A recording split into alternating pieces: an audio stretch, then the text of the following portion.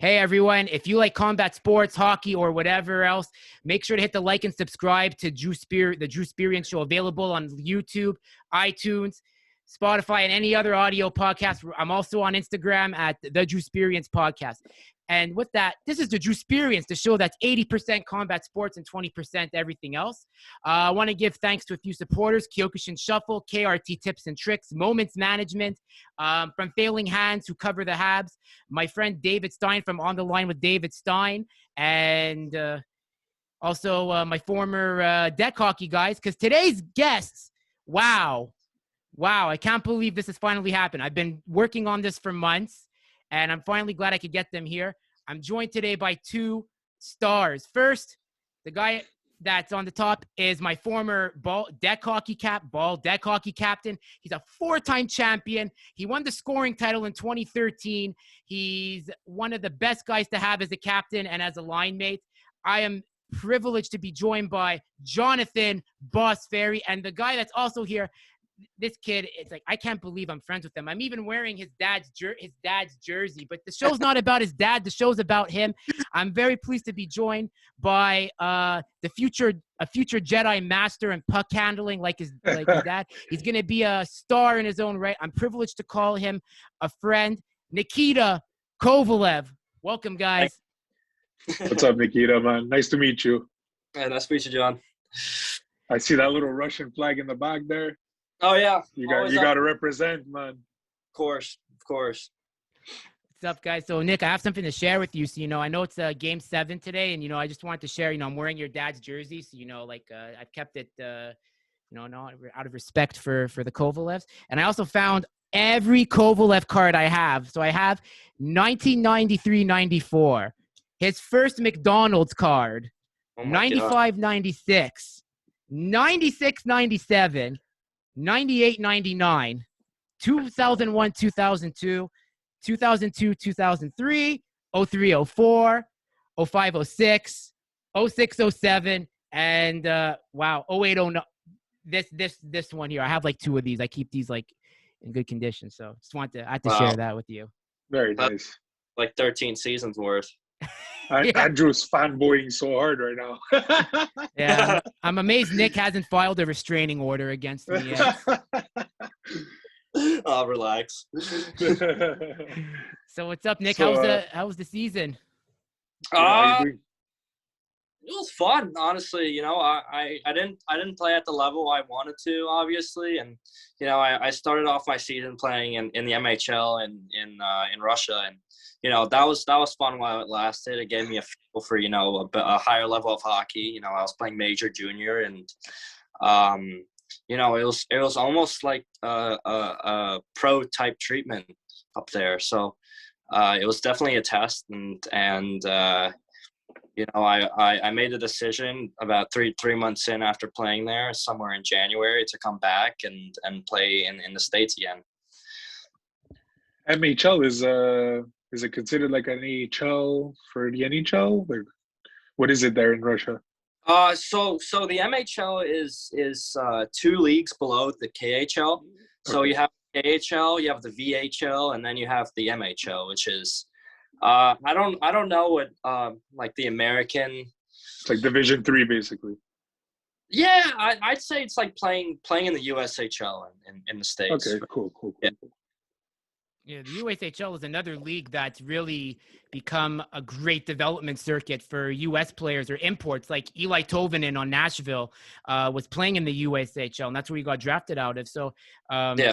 Is the USHL like something like you and your brother? Oh, by the way, shout out to Ivan Kovalev for getting drafted to the Danbury Hat. So we better see a Kovalev line combo in Danbury. And so, you guys are playing together now?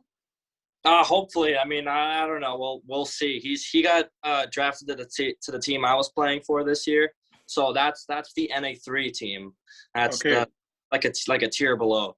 So okay. I'm most likely, and obviously I don't want to speak for the future, but I haven't made any decisions of where I'm going to play next year. So that's still up in the air, but potentially.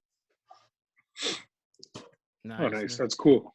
Yeah, I mean, like, so Nick wants to say, John and I, one time we were in a basement when we were 20 years old, and we had like a circle, like in that 70s show, and we thought of an idea, like, what if we made a ball hockey team or a deck hockey team? So we came up with a team called the Majestics. And Ferri, you want to give that story, like how the Majestics came to be? Because I'm going to go off on a tangent. You're more to the point with it, and you make it sound better. Majestics actually came. I always had an idea. I used to play like this hockey game where I called my team the Majestics. And I always really liked that old LA Kings jersey, the purple and yellow one there, the gold one there. So I'm like, that jersey would fit perfectly with the name Majestics because there's the crown in the front and like it just goes nicely together. And that's how the Majestics was born. We just made the jersey and it came out really nice. And we started a dynasty with a couple of guys that, I played hockey with a few of them, but some of them were newcomers that Andrew knew. And I knew them as well, but we've never really played hockey together. And we just made a phenomenal team and it took off from there. It was just, I'm sure Andrew's going to explain it. We went undefeated on the first season, won everything. Nobody was able to stop us. He doesn't stop. Yeah, it was a great team. It was. Let me tell you. Put it we like won this. 2 years straight. I think we lost like 2 games in 2 years. It was insane. Wow. We were insane. Yeah, it was a really, really good ball hockey team. And unfortunately, in the league, there was nobody that was able to compete with us. And eventually, finally, in the 3rd year, they made a pretty nice team. I think it was the Blackhawks, Andrew? Yeah, it was the Blackhawks. And they actually made a competitive team to compete against us. And let's just say we lost in the finals, but it was a great season as well. And that was the Majestics dynasty. We had a good 3-4 year run. And then we went on to other things. And we continued our ball hockey with other teams. I also played ice hockey until I was 21 years old, but I never made it anywhere big. I was just playing regular junior A, junior B level, nothing crazy. And then I started coaching. I coached Bantam double letters, Bantam double C, Bantam double B. I don't know if you know those terms in Canada. That's what we call them. I grew up there, so I know. Okay, perfect. Yeah. So I coached Bantam double letters, won a Coupe de Montréal, won a few tournaments. So that's what I've been doing for the past 7 years, just coaching young kids 15 to 17 years old. And I stopped playing ball hockey because unfortunately some of the leagues we were playing in, it wasn't fun anymore. People just wanted to fight and get nasty. And I was getting too old for that stuff. I didn't want to, I have to go to work the next day. These guys, they don't care. So I was like, it's not for me anymore. I wasn't enjoying it anymore. So I stopped ball hockey and I just play ice hockey, little garage league here and there Friday nights. Whenever I can, I play with some friends, pond hockey in the winter. And that's about it. That's my hockey story, man. Hey, well, I mean, a 3-4 year run, winning championships and going, what was it, 48-2? I'd say that's pretty good. Yeah, I think something like that. That was pretty good. Yeah, I think I 30 goals in 13 games. It was pretty impressive. I had a good line mate. Oh wow! Yeah, that was shout out to David Santoyani. I mean, David. I want to give a shout out because David really was. Basically, Nikita, this guy was like the blue-eyed Italian version of like your dad in a sense, like crazy. Yeah, he had that competitive slick drive. Back, long hair. Yeah.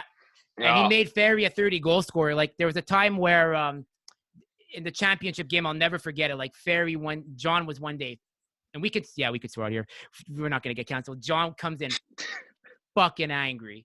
I don't know what happened, but he was fucking pissed. And then at one point, David comes in and he calls us and he's like, bro, it's like, I have a sprained hand, but I'm gonna play in the championship game. And I'm like, Dave, are you sure you want? Don't worry about it. So he comes. They put a clinic on. We put a clinic on our opponent. I was coaching. Every time I put them out, there was one point where Ferri scored the OV goal from 2006. Remember that? No way. The one on your back. Yeah, I actually pulled it off. I swear to God, I don't know how I did it. I was freaking out myself. Get out of here. Yeah.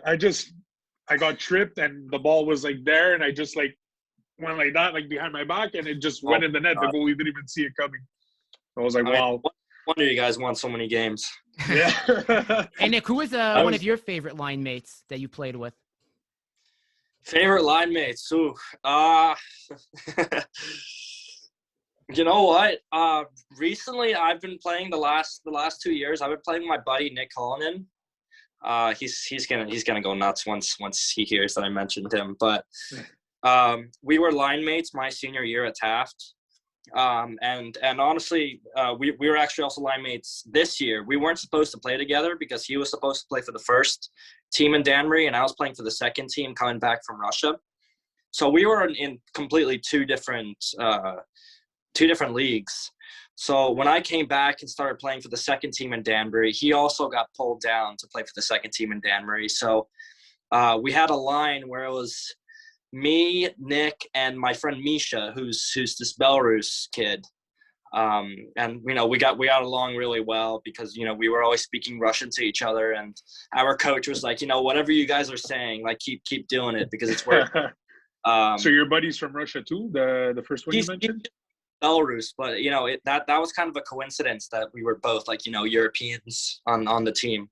You don't see too many like Russians or Belarus kids playing in that league, but there happened, and we got along really well. And so my buddy Nick Cullinan and I, we were just we were the dynamic duo. We kept playing this team called the New England Generals in the league, and I think one of our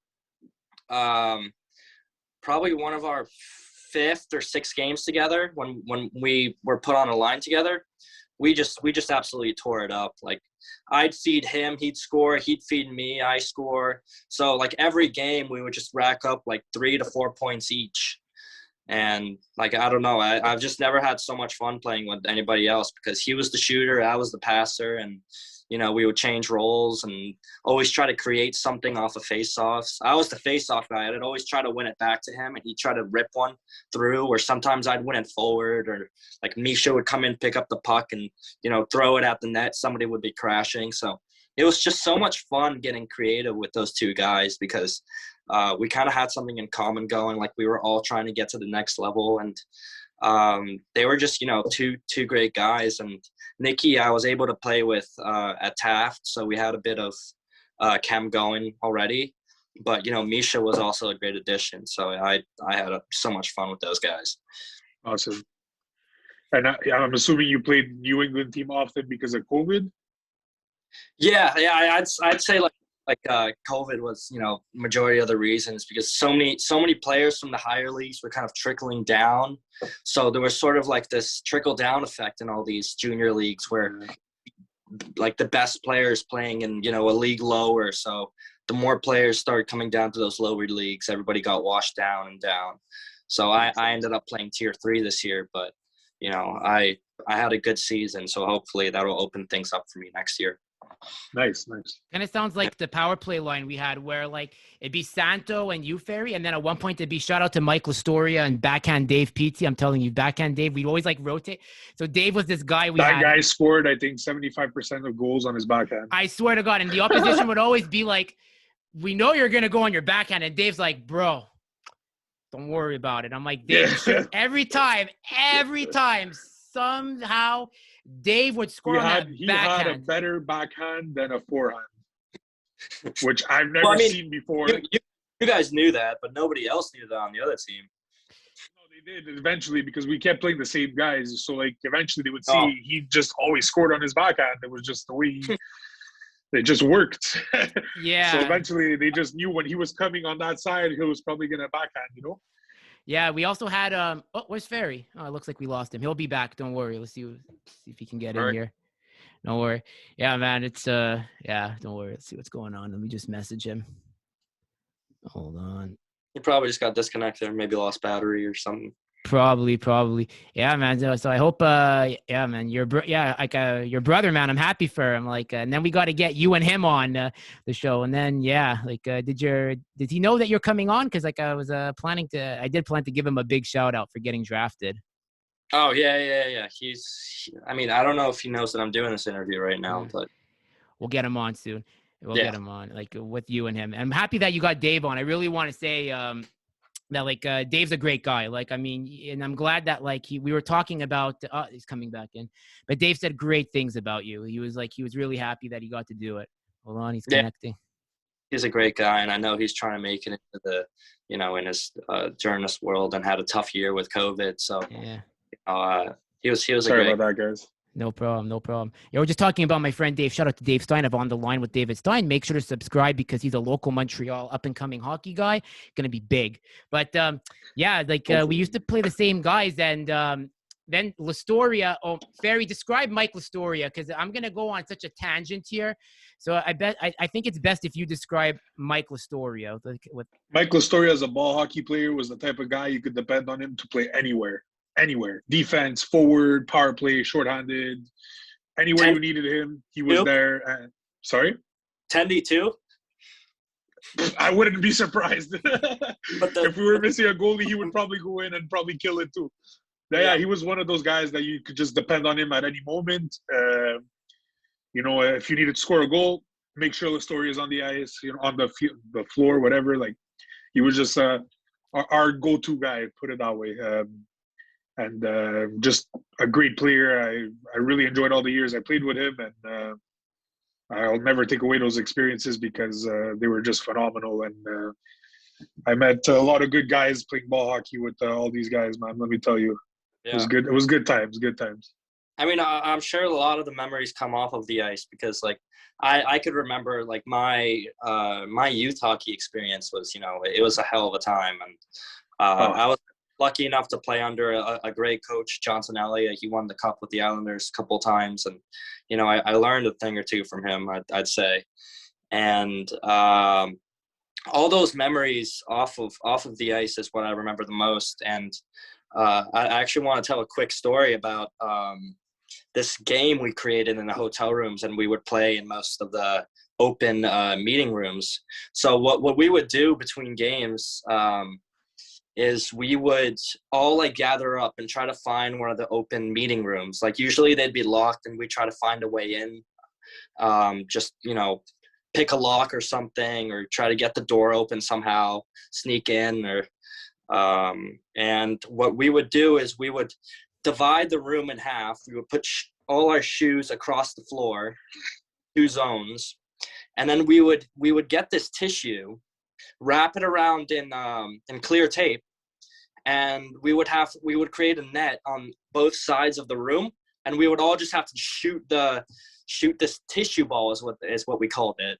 We'd have to shoot it across the room and try to score on the other team. And the game was full contact. We were allowed to we were killing each other out there. Like, it was like we would come back from a game early in the morning, and then we had a game at 5. We would go between those games, like, have lunch, and we'd all gather up, like, tissue ball in one of the meeting rooms. And by the time of the game, like, you could see all the kids had bruises and everything, and we were all banged for the next game. I mean, we had a hell of a team, so we always managed to pull out the W. But it was so funny to just think about that right now, because we were little, and it was just a little fun game we created. Tissue ball. I remember those games. We used to go to away tournaments and hotels and stuff. Like, those are the best things to do. Those are the memories. Awesome. Who would you guys say, Nick, who would you say was one of some of your most intense rivalries in hockey? Like, what is one team that comes to mind that you remember at any level that, like, when you saw them on the calendar, it's like, you're like, I'm elevating my game tonight. That team for us was Syracuse Nationals, and boy, I'll tell you, we would always go at it with these guys. It was always a physical game. It was always a close game. I remember my last year playing youth hockey. I think we went against them probably like 6 times that season. We were supposed to only play them twice, but because of like all our close games, we keep rescheduling them, and we meet them in like different tournaments and stuff. So we had we went into OT with them twice. Oh no, actually once. Because the first game we had to qualify for a tournament. And I don't remember exactly how this game went, but I believe we were down 3-2. 30 seconds left in the game. And I don't remember exactly how the play went or who scored, so I apologize to my teammates. But we ended up scoring like with 30 seconds or 20 seconds left to go in the game. And then on top of that, so we were taking the center off face-off. The score was 3-3. We were expecting to go in OT. And I'm never going to forget this, but this kid, Anthony Cipollone, I'm still friends with him. Shout out to him. He plays for the Brooks Bandits now. He gets the puck in our end. The clock was counting down to like 5, 4, 3, 2. He's skating. He's taking the puck through the middle of the ice. Takes a shot from, I shit you not, it was between the red and their blue line, and just goes bar down with 2 left to go. And we beat these guys to make it into the playoffs. We couldn't believe it. With 30 seconds left to go in the game, we were down 3-2, score a goal with 20 seconds to go, and then score another goal from, almost the red line to go and win the game. That's awesome. It's incredible. That's freaking awesome. Ferry, what from our ball hockey league? I mean, I have my story. Who was one rival you remember, whether it was in wiffle ball or orange ball? Mine has got to be the Blackhawks. I find that was our biggest rival. I find the best team that was built to try to beat us, basically. I'll never forget the first game of the finals. First shift, pumping adrenaline. And I just break my foot right on one of the defensemen's feet. Oh. Sorry, my future wife just walked in. So, Marina, shout out to Marina. Andrew says hi. So, and I just break my foot on the first shift, and my adrenaline was pumping so hard. It's the first game of the finals, like a best of 3. And I get on the bench and I'm freaking out. I'm like, oh my God, my foot's really fucked up. But I'm like, fuck it, I'm going back on. And the second I just stepped on the floor, that's it. I couldn't move anymore. I'm like, oh, nope, I'm done. So I went straight to the dressing room and I had to go to the hospital, broken foot. We ended up losing that final, which was really disappointing.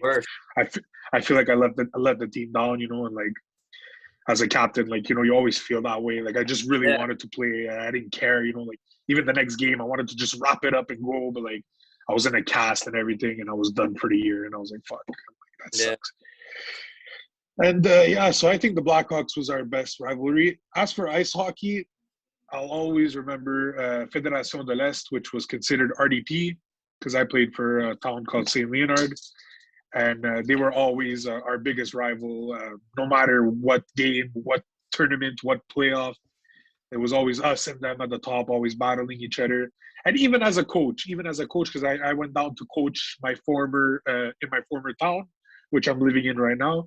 I coached in St. Leonard now, and every time we play Fade, it's always the same thing, and it's always been that rivalry. It hasn't changed from when I used to play as a kid till now. Those are my 2 rivals from ball hockey and ice hockey. Yeah, for me, I would have to say it was the Pirates. Oh my God! So this is wiffle ball. Nick, you got the. Oh my. Okay, so what happened was, Nick, you remember? Maybe Nick, you've watched the highlights of the Red Wings and Avalanche of them going at it. Of course. Picture that in ball in deck hockey. So what happened was, or the Senators, Flyers. Senator Sabres. Sabres, whatever it was. So what happened was brutal. Oh, man. So what happened was in November 2013, I remember this because I was just a bad week personally. So I coached that team. So this is Backhand Dave's team. I don't play in the wiffle ball. I coach it. So I come down and I see we're losing to the Pirates 3-1. The ref's not calling anything. So at one point, our guy, shout out to Joe Diuzo, former Majestic D-man who helped get the Stars on the team too. Joe's losing his shit. Our guy, Matt Normandin, who's a trainer at Firefit and a successful entrepreneur, is losing his shit. Dave is quiet. Mike Lastoria is mouthing off to the ref to call a penalty, and Santos losing it. I call a timeout, and I'm like, guys, what's going on? They're like, they're not calling anything, this and that. So, me, if you remember that game with the Sabres and versus Sens, Lindy Ruff says, go out and run them. So I'm like, guys, timeout's over. Go out and run them. So at one point, the face-off's going. Like I see Jordan Mancini. It was Jordan Mancini. Yeah, he started it. I watched that game. I was there. I remember. Yeah. So what happened was Jordan is like mouthing off to one of their guys, like this, like there's like one of their agitator. And at Did one he point, two-hand slash him? No, what happened was, so here's what happened. It happened in the corner. So the play's already in the Pirates end. And at one point, Jordan like just goes up. Jordan's two-hand slashed the guy. Then a brawl breaks out. Lastoria punches a guy. And then Pizzi's like trying to help Lastoria, but they're big guys holding them down. Me, I'm just going down, being like, okay, guys, I'm like, don't worry, like stick up for each other. Their captain. There's like, I'll never forget it. Like this guy looks at me and you know, I'm Jewish, so I wear a Star of David. So this is at the time when Quebec, there was like a lot of political stuff between the languages, between English and French. So the guy sees my Star of David and he says to me, he's like, hey, he's like, maudit juif, which means in English, you damn Jew. He's like, hey, he's like, maudit juif, tu peux entendre moi? Yeah, no, he's like, you don't hear me? He's like, look at me. He's like, control your he's like, control your Anglophone dogs. So I'm like, so I go up to, I yell at my guys. I'm like, guys, I'm like, Jordan, I'm like, go two-hand the goalie. So Jordan just takes his stick, smacks the goalie. The brawl breaks out. The ref loses control. Bench is cleared. Bench is cleared. It was, dude, that was like, this is why I stopped ball hockey. Yeah. More the reason why. And what's even funnier, we met them in the final after the Majestics won their cup. So I have to go the next day after we win the cup and after I had my car accident. Remember that, Ferri? Oh, yes. Oh, my God. Oh, man. We had a Vladimir. This guy was so pumped to win the cup, has the cup in his car and everything. He gets to an accident. Oh, no. Yeah. Rest in peace to my late father's X5. Like I got told. Oh, man. As we go the next day, we play the Pirates in the final. Nick, backhand Dave, I swear. So I go in the dressing room. I'm there. I'm like, guys, it's like, you know how much it would mean to me to beat this team. And Dave's like, so Dave comes up to me. He's like, not one. He says to me, like, I'll never forget what Dave and Matt Normandin said. They're like, no one is ever going to call you a dirty Jew again on our watch. So I'm like, okay, perfect. So because they knew what happened. So like, that's why I wanted to win. 4 seconds left. So the first game we won, it was by 5-4 in regulation. They had a 4-3 lead in game 2. Jordan Mancini ties it. Overtime with like 2 minutes left. I kid you not. Jordan feeds, Lastoria feeds Jordan. Jordan finds Dave, and Dave scores on his backhand to win it in overtime, and he's just walking like nothing happened. He just walks off like he doesn't even care. Oh, my gosh. Awesome. And then after that, I had the trophy, and like I just go up to the guy. I'm like, hey, I'm like, you remember me? He's like looking down. I'm like, hey, I bring out my Star of David. You remember me? I'm like, not bad. I'm like, not bad for a Jew, eh?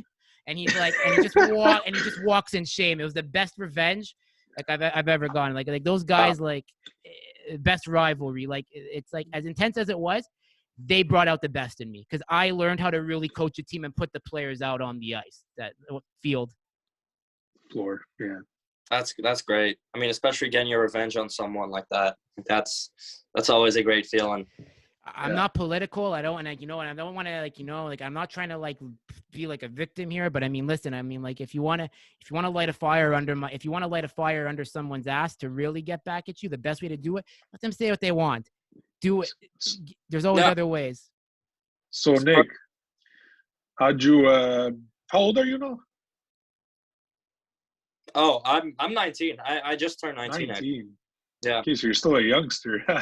Yeah. So you were in Montreal pretty young then.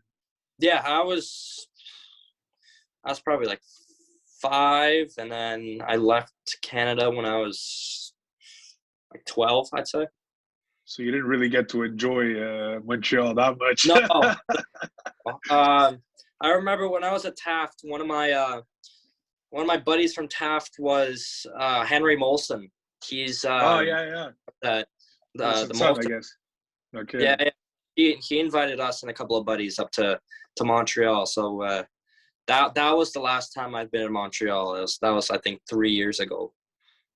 Okay. Still couldn't enjoy it as much. No, I mean, you got to come back soon, man. Yeah, I will for sure. Yeah. I mean, I up in Montreal, especially going to Mont Tremblant during the winters. That was beautiful. You like to ski and stuff? Yeah. Mont Tremblant was the destination for every single one of my winter vacations. I was so attached to that place.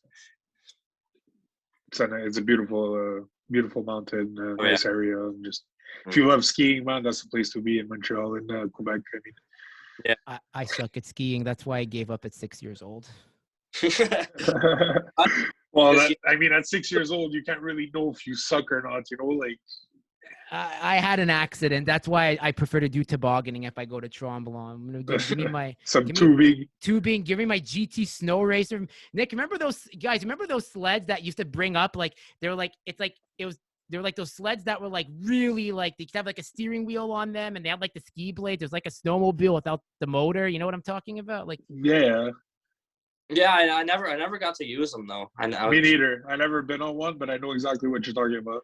Had one of those. I used to run people over coming down the hill. And I never even used to say, "Okay, guys, move." I used to just like boom, hit people. Be like, look at the. It'd be like, Nick, I'm sorry to say this because obviously I spam your page with it because we both love it. Look at this Russian. It was kind of like watching a Russian dash cam vid just happen. Yeah. That's funny. He spams me too. Don't worry, you're not the only one. I just get a spam of just different kind of memes, and I get all kinds of shit from you. Hey, listen, you know what? I look at it this way. If I'm sending you memes and shit, it means I care about the friendship. That's how I play. That's how I look at it. At the end of the day, if I'm not sending you memes, it means I don't care about you and I don't like you or I don't know you. That's I have another question. Russia, Canada, or USA? In what context? In hockey. In hockey? You gotta be careful here. I gotta be careful. By your flag in the background, okay. I'm assuming. I have to break it down a bit. Okay. If I'm watching with my family, if I'm at home watching like the World Cup, for example, Russia. Yeah. No question. Okay. If I'm with my friends, like my American friends, I'd say USA, but that also depends because sometimes I like to compete with my buddies. If like you, of course, always. If it's Russia versus USA, you're going for Russia, and you're bashing your friends if they win. Yeah, exactly. So that's okay. I always we don't exactly make bets, but we kind of make those like gentlemen's bets where we just kind of say like I bet that Russia's gonna win today. Like I usually always put on Russia, and then when Russia loses, I get my shit kicked in. Suck it up. So you were born in the States though, right? Yeah. Okay. I was born here in Greenwich and haven't moved. So right now you're there? Yeah. Oh shit! Okay, nice. That's pretty good. Nice. Yeah, and like the funny thing is like now Nick, I mean I know when we spoke about it the first time, I mean you were only 5 when you were in Montreal, like so Ferri and I, John and I wanted to tell you some of our favorite games that we've seen of your dad. I mean, so for me, I just want to say your dad got me into hockey. I watched him on November 2nd, 2005, light up Martin Biron with 3 points before he got his knee surgery. Do you remember that in 2005? He missed time and. There's that. And then when he... Mine will always be the Rangers comeback. I was at that game. Oh, me too. I was there too. Best fucking game ever. That's going to go down in history as one of the most iconic Habs games ever. It was just phenomenal. I'll never forget. I still have that vision of your dad on his back with his legs in the air and Koivu standing over him with his hands in the air. That picture is iconic. I always like watching my dad's hit on Darcy Tucker. Yes. Oh yes. I was at the game before because remember it was a home in Montreal, so I was at the game before where your dad scored 4 points against Toronto, and but that Darcy Tucker. Okay, I want to ask you this, Nick. Apparently, allegedly, some say that Tucker made a derogatory remark to your dad. Confirm or deny? Because I know your dad does not get set off. He probably won't know. Oh yeah. I mean, he's never talked about it. I always exactly. I thought so. To all my friends because, I mean, some people don't really know who my dad is. Obviously, who aren't too invested in hockey, and usually I'm like, yeah, that's my dad. He's pretty badass. But like, you know, my hockey friends and I, we always laugh about it. Like, I was at the hockey store with my line mate Nick, who I was telling you about, and we obviously looked it up behind the counter, and we were just, you know, watching him, you know, deck Darcy, and, you know, all laughing. Amazing. Or so. What's your dad doing now, by the way? So he was coaching in for that Kuhn Red Star team, but his contract's expired, so he's kind of still looking around, but he most likely will be involved with, you know, some other team. Don't want to jump the gun. Yeah, for sure. Especially now with COVID and stuff, things will be tough. And would he be open to coming back to Montreal, like as like say a development coach or maybe power play coach? Because I mean, man, they could Montreal maybe could head coach. Yeah, maybe. Man, he would love a head coach or any coaching job in the NHL. I would think so. I mean, I've mentioned to him, you know, as a joke, like I saw that the Rangers coaching like staff got all fired, and I was like, you know what, maybe you should be taking up that job. And I mean, he was like, he laughed about it, and he's like, well, you know, like there's a shit ton of other people who are in queue for that coaching job. For sure. You know, that would be a dream come true for him, I think. That's impressive. You know, and like sometimes like when you watch your dad, like, is there like a certain line mate that you wish he played with? Because for me, I've told you, I wish your dad played with Sergei Fedorov. I just wish like that would have been that would have been magic on ice. Yeah. I mean, I think about all the players that he's played with. Like, I mean, it's tough to kind of, you know, mention someone who he hasn't played with, because he's played with all the greats. You know, he's played with Lemieux, Yager, and Gretzky, and, you know, you could name them all. But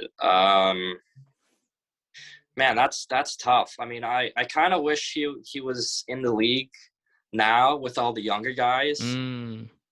I mean, I wouldn't say like put him on the line with like David or anything, but, you know, I'd be curious to see how he would match up or play with like a Panarin. With like Panarin, you know, or some of those Russian guys, maybe like Kucherov. Like, imagine if he was on a line with like Stammer and Kuch, and, you know, just that would be awesome. That would be sick. Tarasenko too, because like I want to say, like, I mean, there'll never be another Kovalev, like, you know, maybe you know, I mean, maybe, you know, you're the future. But I mean, if there's one guy that I like that I watched that kind of reminds me a bit of your dad, it would have to be between Panarin, because of the hands, and I would have to even say Tarasenko to a degree, because Tarasenko does have a mix of Marian Hossa, but he's got your dad's hands a bit. Like, I've seen the way Tarasenko moves the puck and handles. It's like that's Kovy-esque. That's. I mean, question for you. Go ahead. Sorry, go ahead. Oh, sorry. I mean, he's a fan of Malkin's. I mean, I know he's not doing well right now, but I think I'm not sure if he's played with him in the past, because I know team with him at some point, but I'd love to see that again, because he always talks about how Malkin's one of those guys in the league who still has like some sense of creativity, and I don't know, he's a big fan of his, and I'd love to see that combination if you know, that's to answer your question. I saw Andrew's face light up when you said Malkin, and I know why. Oh yeah. Yeah, my number is 71. I'm 71 all day. I love Malkin. Malkin is one of probably my favorite Russians, actually. That's where I probably chose the number from. I just love like his grit and his goal scoring abilities. His hockey IQ is very, very great. He's a comedian off the ice, man. Yeah. Just like his personality is just, that's what I love about him, you know. Yeah. And he's not super. You know, he just gets the job done. Exactly. That's the type of player that I love, you know, and that's why I always liked him. So 71 has always been my number. Plus, I like number 7, so it just worked out perfectly as a hockey number, you know. I mean, I'm kind of with you in that boat, where I like the number 7. Like, in general, just all my hockey numbers have been revolved around number 7 in some way, where I try to find kind of connection to the number 7. Like, my first hockey number was 14, and I was just like 7 plus 7, 14. You know, that's 7. So I was just like, you know, I always make up these like math algorithms to try to relate my number to, like, I played number 11 this year, and the one kind of looks like a 7. I was like, you know what, I'll take it. So Why not? I'm number 55. 5. Yeah. What are you, Sergey Gonchar? I'm Sergey Gonchar. Nicholas Cronwall, baby. The Yeah, Cronwall. but I was like, I'm like that gritty stay-at-home defenseman. Like I was never Yeah. Ferry. You can vouch for me here. I was never a skilled player, like with the getting points, but I was one of the best shot blockers you could imagine. I was like, that's how I. Oh, that's for sure. He wasn't afraid to stand in front of that ball. Like I would get the fuck out of the way when a shot was coming. Andrew just stood there and just went down and stopped everything. I was like, fuck that. I ain't fucking risking a bruise on me for a ball. He didn't give a fuck though. But that's what we needed him for. That's Hey, not many people will do that. Yeah. college. How about you, Nick? Are you planning to? Have you ever thought about playing in Canada, or you're just base US and that's it? Like, Actually, like there were talks of playing in the BC when I was BCHL? Yeah, still Okay. I wanted to play last year. But with the whole COVID thing, the whole borders were closed, so I wasn't able. Fucked everything up. So I think it's still kind of an option this year. We'll kind of see where it goes. But yeah, it's definitely something I'm considering. Nice. That, You think like, are you going on a path for the NHL, or you're just like what's your plans? Like, I'm curious. I just want to know. You know. Yeah. I'd say like kind of the goal I've set for myself now is just making sure I play D1 NCAA, because Okay. I want to make sure I'm going to school and playing hockey, because I feel like taking any other like junior path or semi-pro path is a bit riskier. So Yeah. I'm just trying to play both sides here, and going to NCAA, I'll get good education. I'll also be playing at a great level of hockey, because D1 NCAA hockey is Of course. best there Cool is. coffee, baby. Yeah, Wisco. Wisco, that's my team. Yeah, he loves Wisco. Yeah, I'm a big Wisco fan. Any sport. I love the Packers, the Badgers, you name it. I love them, man. Nice. The Bucks. Yeah. So after NCAA, NHL could be in the rearview mirror. So for sure. The best. I think what's important too, Nick, is like, I mean, what I like about because when a lot of kids come from like hockey pedigree families, sometimes we hear the stories of like the parents that push the kids to make pro and then they don't make it, like, and it hurts them. But I mean, it's really good to see that your dad, like, your dad says like, look, play, but like, don't put the pressure on yourself. Same with your brother. Yeah. Like, do you think that's really made a difference in your life, where like your parents have pushed for like higher education just in case? I'd say, first of all, a very good question. And secondly, I mean, yes, I mean, my mom has always been pushing for me to, get the best education, make sure I focus in school and, do well in that, because you never know what's going to happen with your hockey career. And my dad, he was never super like, strict about, doing my training, like make sure you're doing this every day, like, make sure your diet's, so-and-so. He's always been kind of loose with me in the sense that, he kind of lets me do whatever I want, because at the end of the day, if I really want it, I'm going to go and chase after it. Exactly. And if I don't want it, then, it's going to be obviously visible. So it's always been all up to me. He's never made me do anything. He helps me when I ask him for help. And I mean, yeah, it's definitely pushed me in a different way, because first of all, I never want to disappoint him. I know he always brings up, when I'm complaining, when something's going wrong in my game, he always says, well then maybe you should quit. And he kind of says that in a way so that I kind of get motivated not to quit, because every time he does say that, I'm like, no, I'm not quitting. Are you shitting me? Like, I'm not going to quit hockey. You don't want to be the quitter.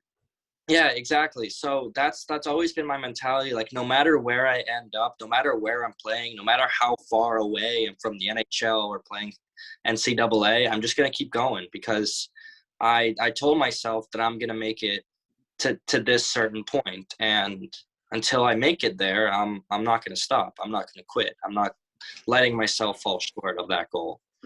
So that's mentality. And, that's the mentality you need. Yeah, exactly. And I'm super glad my parents never pressured me to do any of that. I'm gonna be forever thankful for all the resources they gave me, and I'm definitely really fortunate where I grew up compared to some other kids, and obviously some didn't have it as easy as I did, and parents maybe have been a lot more strict on them, or they didn't have the tools to get there, and I just have no excuse, and if I fall short, it's I can't really blame it on anybody else except for myself. It's very, I like very that. true. Very true. What when it comes to like now, I mean, you've played in Russia.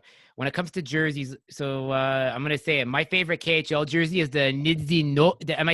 Tell me if I'm pronouncing it right, because is it? I like the Nizhny Novgorod jerseys with that stag on it. So, who's your favorite jersey? Novgorod. How do you spell that? Don't ask. Don't ask me. Nizhny Novgorod. Nizhny Novgorod. Nizhny Novgorod. I actually found them. Wow. Oh, okay. That's I'm trying to think about what team that is. I should know this. Kind of disappointed. I actually have my NHL jersey from when I played. Really? And actually, I'll bring it out right now. Wow. One of my dads. He played for a Moscow Dynamo, right? So my dad, when he actually played for this team, Atlanta. I remember that. That was Ray Emery's team. So this is where I played as well. But wow. So I was number 90, which was so not my style, which was disappointing. I was trying to fight for 97, but they wouldn't give it to me. Is that the actual spelling of your last name? No. That's when they write it in Russian. Yeah, so that's how you read it, Russian. But they started switching all the last names to the I realized it with Romanov. Mm-hmm. I think they did it on his Russian jersey. Yeah, so it's spelled differently. Yeah, now they're not doing like the Russian alphabet for all their jerseys. They're just doing the same as all jerseys. Do you speak any Russian? Yeah, I do. Oh, and you do? When I was over in the MHL, I was the only American in the entire league. Oh yeah, and that helped you that you were able to speak Russian, obviously. Yeah, definitely. Okay, and perfect. Had its difficulties, but that just made it that much more interesting playing in the league. Sure. I have to visit Russia. That's like my dream to visit there. Like when things reopen, like I want to watch an SKA St. Petersburg game, get a jersey of either. Oh. You know what? Fuck SK. I want to go to Moscow Dynamo, get a Dynamo jersey. I'm gonna ask them, hey, put Kovalev on there. What was your dad's number in the RSL? Was it number 27 or was it? No. I think he played 14 actually. I think 14. You know what's crazy? Do you remember the United team? I mean, maybe your dad told you about the Olympics he played in when Russia was under. Because very fun fact, in 1992, Russia didn't have a team Russia because the communism had ended. So it was called the United team. So USSR, no? CIS it was called. It was CIS, okay. They didn't have anything on their jerseys. Mm-hmm. Had no logo. Your dad wore 14 with Russia. I found the video. I was like, yeah. So your dad was like a Jamie Benn. Deep there. Dude, I'm telling you, like I'm obsessed with MMA. But Ferri, like, remember how much hockey did I used to watch? Hockey is always your love, though. Hockey will always be your first passion. As much as MMA became it now, hockey will always be deep there in your heart. Yeah, Nick was the one who I have to give credit for, because when I said to Nick, I'm done with fantasy hockey, and I'm like, Nick's like, he just says it like his dad, like, oh, he joined this year. What a liar! No, but after when I didn't make the playoffs, I'm like, Nick, I'm done with fantasy hockey. And Nick's like, oh, well, it's gonna be sad to see you go, and I'm like, fuck, and it's like, yeah. Did you know you could ask Andrew any stat about any player when they were drafted? He'll probably know it. Ask me. Hit me, Nick. Okay, I need to think of a player. Any player in the NHL right now. I'll start easy. Joe Sakic. 1988. No, actually 1987. Pick number 15 by the Quebec Nordiques. Fact check. I'm actually fact checking that. Hold on.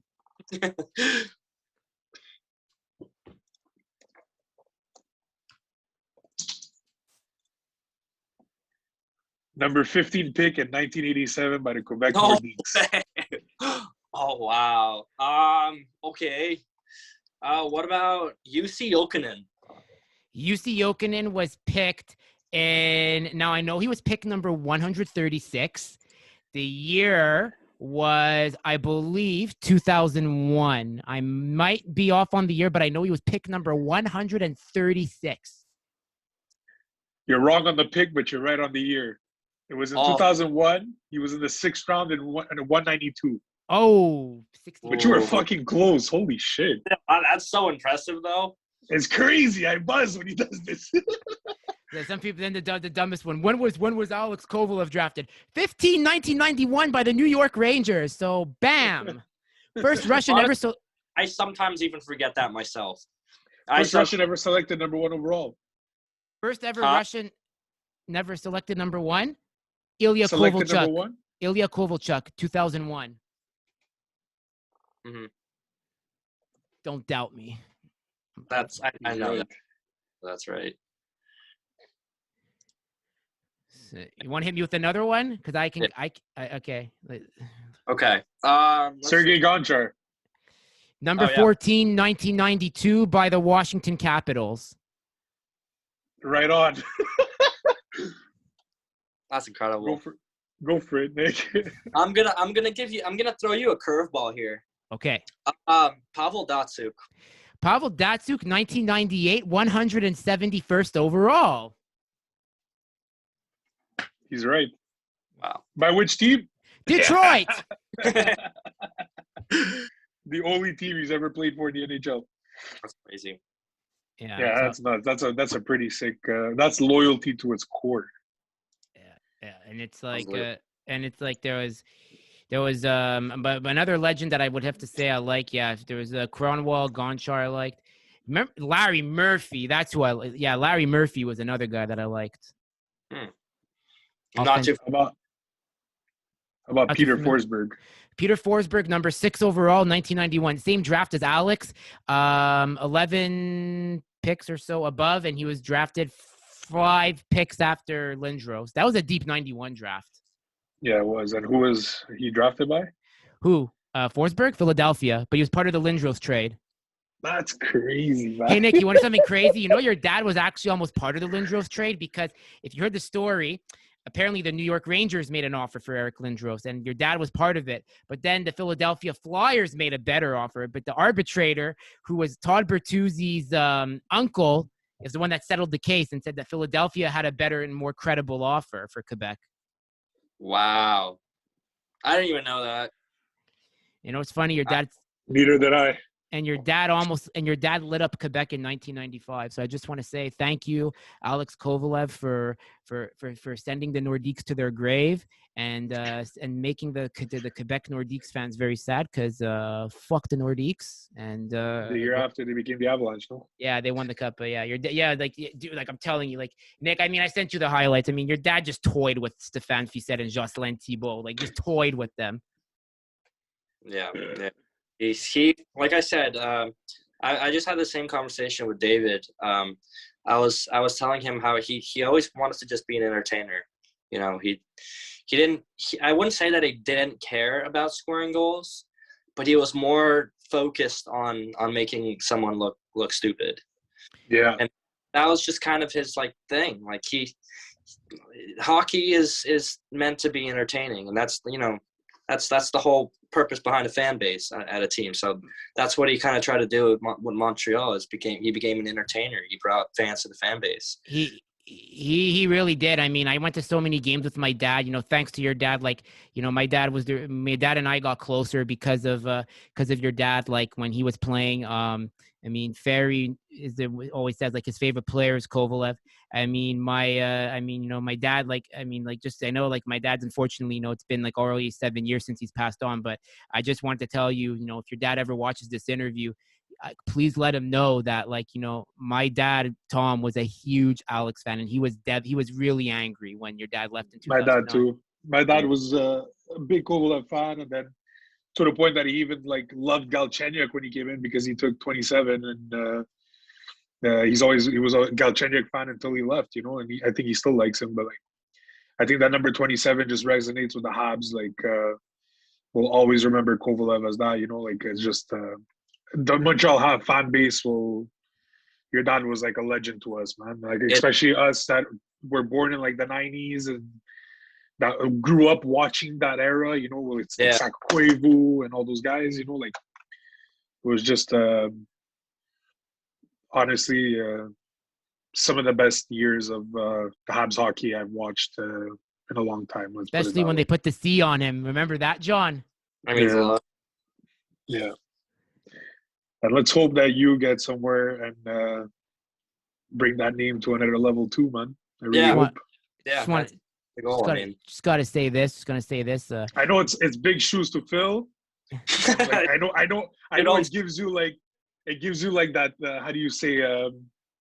A lot of pressure to like I'm sure people tell you like, oh, your dad this, your dad. Like you feel like, oh, I have to like continue his legacy, but like don't feel that way, man. You're you, and your dad is your dad. Like I know, like for sure you feel all that pressure all the time, and fuck that shit, bro. Fuck that noise. Just do what you gotta do, man. I gotta be completely. I love that you mentioned that because I hear that chirp all the time, like on the ice, like on the 100%. Ice. Like, I'm about to go on the face-off. Some guys like, you're not your dad. I'm like, yeah. Okay, I know that. What idiots.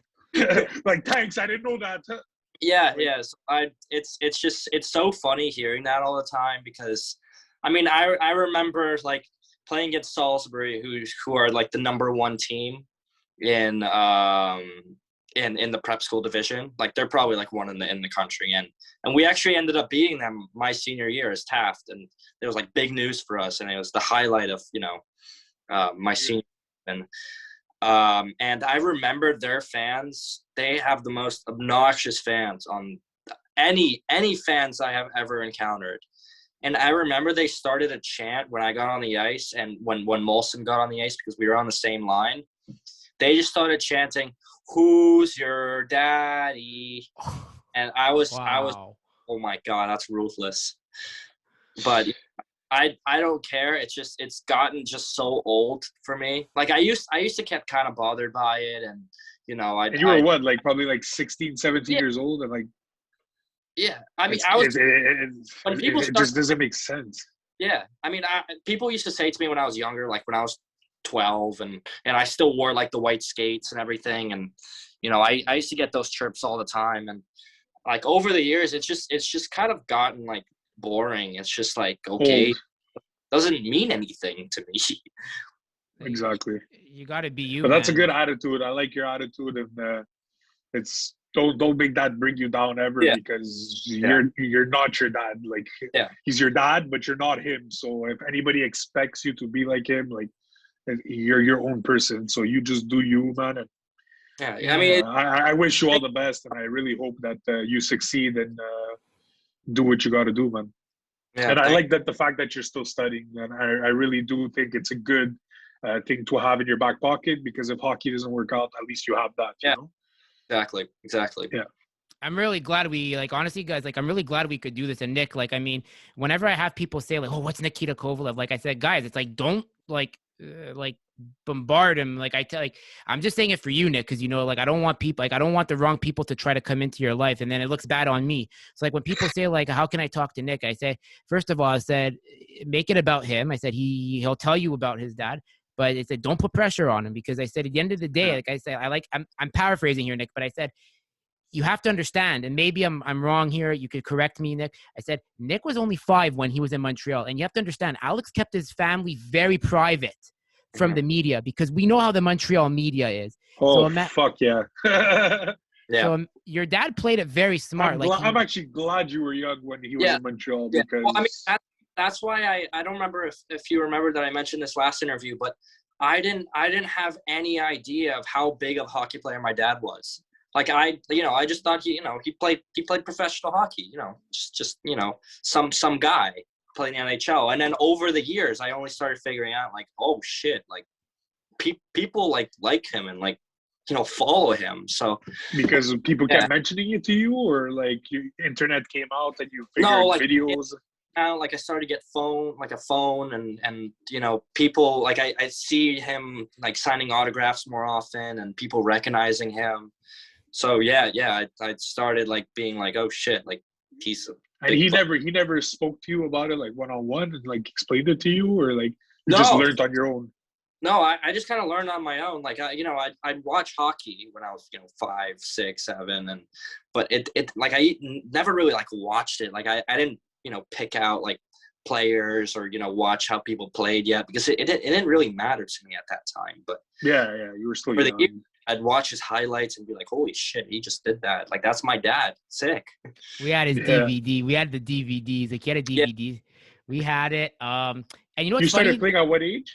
Yeah. I started skating at 5 and probably picked up a stick at around 6. So you were playing in Canada. You started your hockey career here. So I don't remember when if you guys remember this, but when my dad made the Howie's commercial on that pond in Montreal. Yes, the Russo, the hockey sport. Yeah. At Old Montreal Fair. Remember the one? He's wearing like the winter hat, like that Bubka winter hat, I guess. Okay, I think I know what you're talking about. So when he was filming that commercial, before he got there, we were all skating there on that pond, like before all the camera crew and everything got out. Okay. That's probably my earliest memory of skating, of like trying. And did you play like in organized hockey here? I played for, I don't know if you know the organization, but I played for Verdun. Verdun, yeah, of course. Yeah, okay. so that's where I started my career. I played house league. Nice. And then I played C, and then I played A, and then I had a chance to try out for a AAA team. I remember what they were. I think it was like an Ottawa 67s, like Mites program or whatever. And that was like the first time I got exposed to travel hockey, and just like that's when I started discovering like a whole new world to hockey. I was like, wow, like these kids like know all this stuff, and I'm just out here slapping pucks and trying to make it. You were doing it for fun, like yeah, exactly. I was just like you didn't know any better. Yeah. And we were playing house league. I didn't realize like how low the level was. Like I didn't know what I was playing. I just remember being like, oh, I'm pretty good at this. Like I scored like 6 goals a game, and it was having fun. And then I started getting exposed to all these teams. Like after I moved from Montreal to Ottawa, I played for Ottawa East, which was also like kind of like a local team. But then after playing locally, and then we moved from Ottawa to Russia for a bit. So when my dad played for Atlant, that's when I played hockey at like a travel level, where I played for the Red Army. But I didn't actually get to play with them. I was a practice player, because they were on a whole different level. I'd just been playing house league my entire time, and these kids were traveling halfway across the country to play hockey. So I practicing with my brother's team, who are 04s, about 2 years younger than I am. So I was grinding. I was like, oh shit, like I'm probably like behind in my age group. So that entire time in Russia, I just was trying to catch up with my age group. And by the time I came to the US and I found this team with John Tonelli coaching, and that's when I started really getting into travel. And I was never the best on that team, because at one point we were 4th in the nation. But that was what kind of started getting me into it, and I started realizing like, oh shit, like I gotta pick shit up, because people are good in this hockey world, and it's not gonna be all so easy. You also played with, it's funny too. So your dad played with Robert Lang, just terrorized goalies with Pittsburgh, and then they brought Robert Lang to Montreal. You said this on my interview when we did this, but like, there's something I want to say. Like, is it true? Yeah, it's true. I'm not gonna ask you. You already said you played with Robert Lang's kids in Selwyn House. Did you have the same chemistry with them as your dad did with Robbie? We didn't play all that much together. Mm-hmm. But I remember Lang's older son, Kelly, who this kid was an absolute lunatic in class. Oh, God. I only remember like one really fond memory of him in my classroom. And it was, I don't remember what caused this or why this happened, but at one point, Kelly drove my teacher so mad that he was actually like chasing him around the classroom. Like we're playing like tag, just like around all the desks and everything. And it was so funny to me and the rest of the class. You see an adult man trying to chase after this 7-year-old running around the classroom. So, I mean, obviously he got in trouble for it and whatnot, but it was just so incredibly funny. And that kid was just such a character. I'm going to miss him. We went on vacation together with the Langs to Hawaii one time. I got so sunburned I couldn't go surf. You know, I'm tanning for me is almost impossible. But yeah, man. what a great kid and what a great family. I'm gonna miss them for sure. Are you still talking to the Langs in a sense, and your dad too, or is it kind of like they gone their own way? Because I know Robert lives in San Diego. I think he's in La Jolla, because my aunt lives in La Jolla. I haven't spoken to Kelly and Brooks, the younger kid, in a very long time. I believe my dad still talks to Langer, but I'm sure it's also been a while for him. Mm-hmm. But yeah, like you said, they've kind of gone their separate ways, and they're living out in California. And last thing I remember, I think both kids were like doing like skateboarding stuff. Mm-hmm. So I mean, they obviously weren't like hockey players, but they were living the California lifestyle. That's amazing, man. Yeah, like I eventually, like what I want to do is, like as mentioned, get you and your brother on, and then eventually get you, your brother, and your dad on. I mean, if your dad is willing to, I know, like I don't, because I do want to, as I mentioned, like it's like just to say, that we got to do this. It's such a big honor, and the fact that like you followed Jon back, like that meant a lot. Like I just want to say, Nikita, like you're you were raised by the very way, well. I wished him a happy birthday, I think, too, not too long ago. Was your birthday, no? Yeah, you did. Thank you. Yeah, thank you for that. Yeah, Happy birthday, man. your parents really raised you well, and like I hear stories like from when they said you're coming on again. I want to give a shout out to my friend Bernardo, who's been a guest on my show. He's a DJ. Bernardo's worked at a few events, and I believe he met your dad one time, and like he said how classy your dad was. Your dad was going around talking to people, shaking their hands, like asking them like what they do, and like your dad's like a good networker. Like it's not just aside from hockey, your dad really knows how to like make people feel important. And like I just want to give a shout out to that, because like and you're like that too. Like you have the class of what your parents and how they raised you. Thank you. Yeah. Well, I mean, like that kind of our mentality in our family is just we're people like everybody else. I don't personally, I wouldn't say that I don't like it, but I like when people just treat me like everybody else. I don't want to be put on the pedestal for whatever reason, and just because my dad is so and so, I don't want to get any specific treatment. And I used to always get like a bit shy of making friends at when I moved to the States, especially because I was always afraid that people would become my friends just because of who my dad is and just to get close. And I mean, it's obviously like kind of an irrational fear, but that's always kind of been on my mind, because as soon as I started realizing how big of a deal he was in Montreal, that was just one of those things that lingered on my mind. I didn't want to be taken as someone because of who my dad is. I want to be taken, as me. I'm Nikita Kovalev, and I might not be my dad, but I'm my own person. I'm just a person just like you. And when you met your friends, did they know who your dad was? I mean, especially the ones in Canada, I'd say. Like when I moved from Montreal to Ottawa, people immediately knew who I was. But obviously, yeah. Well, when you went to the States, I mean, like, was it less than in Canada? Yeah, it was definitely a lot less. It took a while for people to start picking up on it, and I obviously am not the type of person to mention it at the first I wouldn't either. Yeah, so I usually wait until somebody else asks me about it, because I like the whole that whole period breaking it to them. yeah. I just feel like I'm part. I'm just part of like a regular person. I'm just some.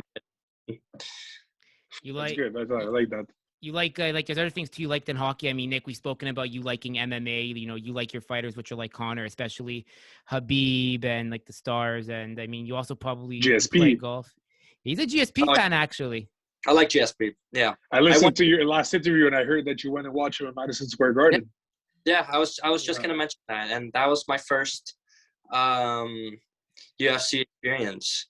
So That must have been awesome. That was an incredible fight, and For sure. that was something else.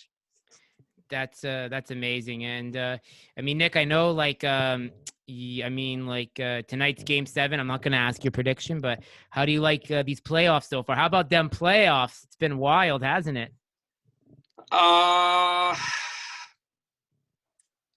My bracket's looking really good right now, but I'm just going to say one thing. You chose the Leafs, didn't you? Oilers, you're a Connor McDisappointment. I'm just so rattled that they got swept in that league. I expected better. But you know what? They have zero defense. Yeah. Montreal versus Toronto series. I have Montreal this game 7. I'm putting on Montreal because Price is just a wall. But be honest, in your bracket, did you choose the Leafs? Yeah. He likes Matthews. But after watching it, I don't have the Leafs going too far, but I put them above the Habs because I mean Habs. You probably put them to the Oilers to beat them after that, right? I did. Yeah, that's what I thought too. He blew it for Except me. I put Oilers Habs. Oilers Habs. Yeah, I mean, and then I put the Habs to come out of the Canadian division, but now it's the Jets. I don't know, but that's gonna be close. We'll see. Habs make it out. They have a really good chance at beating the Jets. I think. Yeah, that's a good matchup for them. Once we get there, though, I don't think we're gonna go any further. But hopefully, we could get out of there at least. We'll see. I'd say they have a chance. I mean, I really want the Habs to win this series. I really want to see it. I think Carey Price deserves it for sure. Yeah. Not only that, but the Leafs just choking again was just like it would be phenomenal. But I feel bad for Leafs fans, man. It's like they're so tortured. They're so tortured. Man. It's like that would be horrible. Fans aren't tortured already as well. Oh. Who, the Penguins? No, the Oilers. Oh man, 10 years. Oh my God. But that's new though. Like it's like. Well, yeah. At least it obviously goes historical, but that's going to be devastating for those guys. But I expected better from the Oilers. That's kind of disappointing. That's awesome. Yeah, Nick, so did I. Yeah, honestly. So, Nick, where can people, John and Nick, where can people connect with you if ever, like, John, I know, like, you're working but full time, but if you ever get back into coaching or you want to do whatever with hockey, I mean, where can people connect with the both of you guys? Because I want to make sure, like, after this show, like, everyone's following blows up. There's enough success for everybody to go around. And I mean, I'm on private, so like, I don't really, I'm not like a social media guy, like. But if you want to follow me, I guess at FerriBoss, BAWSS. I think it might be 1S. I don't even remember. That's how much I don't care. Yeah. But yeah, besides that, I just want to shout out my boys from Beyond the Bench. They're another podcast, but they just shoot the shit. They do stupidities and they just talk some random shit with random guests and stuff. It's really cool though. Like, if you just want to pass an hour and a half, like they're pretty fucking funny. They have some pretty good episodes with some funny guests. I'm going on soon. I've spoken to Justin. I'm like, when am I coming on soon? And funny story. Ferri was on their show twice. The first time he went on, like, there was a story where, like, I can say this because it happened to me. We once went to a Habs game for preseason, and we had the Desjardins. Ferri, you say the story. You have to. So we got Desjardins seats, and I was with Justin, the guy. I was with Steve Lapiani. On this podcast, and he was with Steve. And we ended up meeting like there, but like we were sitting in different spots, obviously. And it was all you can eat, obviously, at Desjardins. And after the game, we met up again and we like left together. And we ate so much. We were so full. Everyone was complaining, "Oh, my stomach, this, that." And Andrew's like, "Guys, I'm really not feeling good." And we're like, "Andrew, are you okay?" He's like, "No, man, I really don't feel good." And out of nowhere, just like punches over and starts yakking in the parking lot of the bus. It was hilarious. It was amazing. But yeah, it was a good time, man. The second time I was on, we I don't know if you know what grappa is. Oh yeah, I do. Like, yeah, well, we drank a bottle of grappa, me and the two other guys, and let me tell you, the ending wasn't that pretty. Yeah, it's always a good time with those guys, man. Just shoot the shit, and yeah. So I just wanted to shout them out. Go ahead, Nick. It's your turn. I mean, if you were to follow me, you can follow me on Instagram. My user is NKOVI17, NKOV17. So I mean, I usually just post my hockey pictures from there, and if I find anything interesting, I put it up on my story. I'm probably gonna put this up my story because I always have fun here. And then recently I just started posting more on Twitter. So you can follow me on Twitter with Kovie the Kid, KOVITHE KID. Kind of like Sid the Kid. Yeah, exactly. It was my I'll actually tell you where the name came from. When I was playing youth hockey for the Express, that was my first like Insta username. I didn't really know what to make my username. I was like, it has to be something, cool. Like every hockey player has like their own kind of like, nickname or whatever. So I was like, Kovie the Kid, because I'm not the real Kovie. I'm the kid. So that's sick. I was like, Kovie the Kid, and it just kind of stuck with me for a bit. That's awesome. So yeah, I guess you also like Crosby. I like Crosby. Yeah, I like him. Okay. I watch a lot of him for his puck protection, and puck protection usually is like the main thing I kind of pick up from him. That's awesome. That's awesome, man. It was really nice meeting you, and I enjoyed this conversation. And honestly, I hope we can do this again one day. Yeah. And Andrew, I want to thank you for doing this podcast and keep it up, because you're doing a heck of a job, man. And I'm really proud of you. I've known this kid since freaking, when was it, grade 5? 2009. No, it was before that, Andrew. Sec 5, yeah, Sec 5. Sec 4, it was like the beginning of Sec 5. Sec 5, summer Sec 5. of Sec 4, Sec 5. Yeah. So it was 2008, 2009. Yeah. Anyways, heck of a kid, man. And since that day, I've never stopped talking to him. He's probably one of my longest knowing friends, besides like Matt and all those guys, Justin, and just a great kid, man. Thanks, Andrew, and I really appreciate your time. And thanks, John. You too, man. I'm keep glad we doing can do your this. thing, man. Like, man, like as I said, they always say like it takes 3 months to become friends. It takes 3 years to become friends for life. And I mean, like, shout out to you, Matt, Pete, Lesto, Santo, Diuz, everyone that came also to my dad's funeral. Like I gave a eulogy about like why we won for my dad and Diuz's dad. Rest in, it's been 6 years at Umberto Diuzo, like rest in power. The Majestics played for cancer awareness as we started winning more games, and yeah, man, it's like those are memories off the ice, as you say, Nick. They really like it's crazy. It's true. Yeah. All right, guys. The game is starting in like 7 minutes. Go, Hobbs, go.